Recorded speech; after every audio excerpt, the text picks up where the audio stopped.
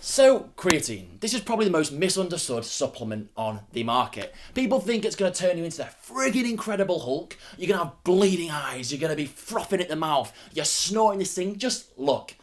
This is not a Class A drug.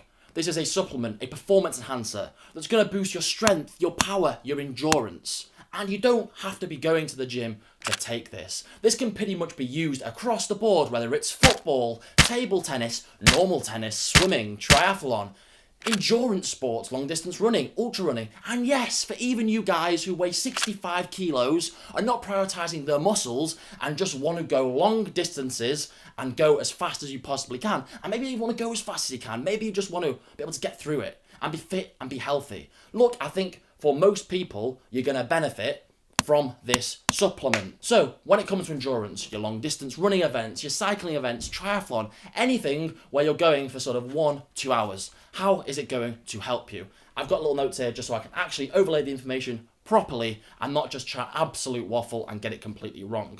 Now, from a cardiovascular system point of view, your red blood cell count and your oxygen intake, it's not going to make any difference to that. If it did, it would probably be a completely banned substance because that's pretty much what EPO does.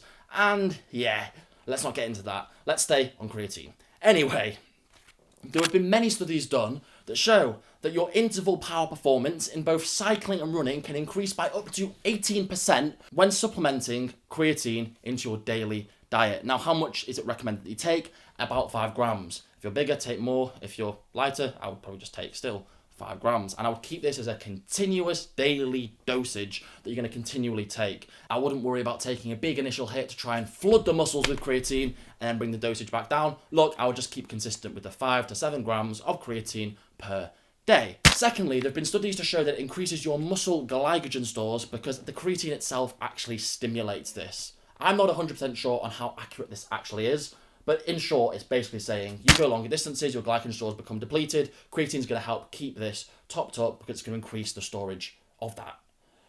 Is that going to help? Yes, 100%. How accurate is that? I don't know. Studies showing that it does do that, but honestly, I'm slightly skeptical, although I might be wrong. If you know anything about it, let me know down below. The third thing, can recover faster. In turn, you can do more training. If you can do more training, you're going to get better, regardless of what sport you're doing. Like I said, this could be tennis, this could be friggin' swimming. It doesn't really matter. Now the dreaded, oh my gosh, I'm going to get bulky like the Incredible Hulk and put on weight. Look, I wouldn't worry about this. I've said this in other videos before. Firstly, I would prioritize performance over weight. You're going to be far healthier, better, in most cases actually faster at whatever it is you're doing if you're performing better and not worrying about your weight. Yes, at the very top level, once you've maximized everything else, stripping down on the weight will help.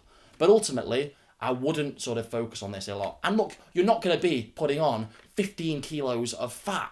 You're going to be putting on 3-ish, maybe a little bit more pounds, and it's not going to actually affect anything apart from your bodily weight. And I wouldn't worry too much about that because the chances are you could probably lose that additional 3 pounds you're going to be putting on by changing something else. Maybe you don't have that bag of crisps. Maybe you don't have that chocolate bar. Maybe you have all the chocolate bars and the crisps and just accept it's 3 pounds. It's not the end of the world, is it? Look, in short, what I'm trying to say here is as a supplement as a whole, it's actually a pretty decent, good thing to be taking across the board in different sports. And a lot of people don't actually do this. So why have I made this video? Firstly, because I think it's frigging good to take. I think it's going to help you massively. And on top of that, there's no downside to it. It's cheap. It's very cheap. You're talking 20p, 25p per serving. There is no other supplement on the market that is that cheap. And I think that puts a lot of people off because like, oh my God, what's this dirty powder I'm taking? It's so cheap. It can't be good for me. Look, it is. It's been proven again and again and again and again. Trust the data. Don't trust all the shit you see online by friggin' Bob, the local butcher, who's talking about it and slating it. If you want to do your own research, do your own research. If you don't, you're going to watch this video and go, oh great, I'm going to start taking it. Take it.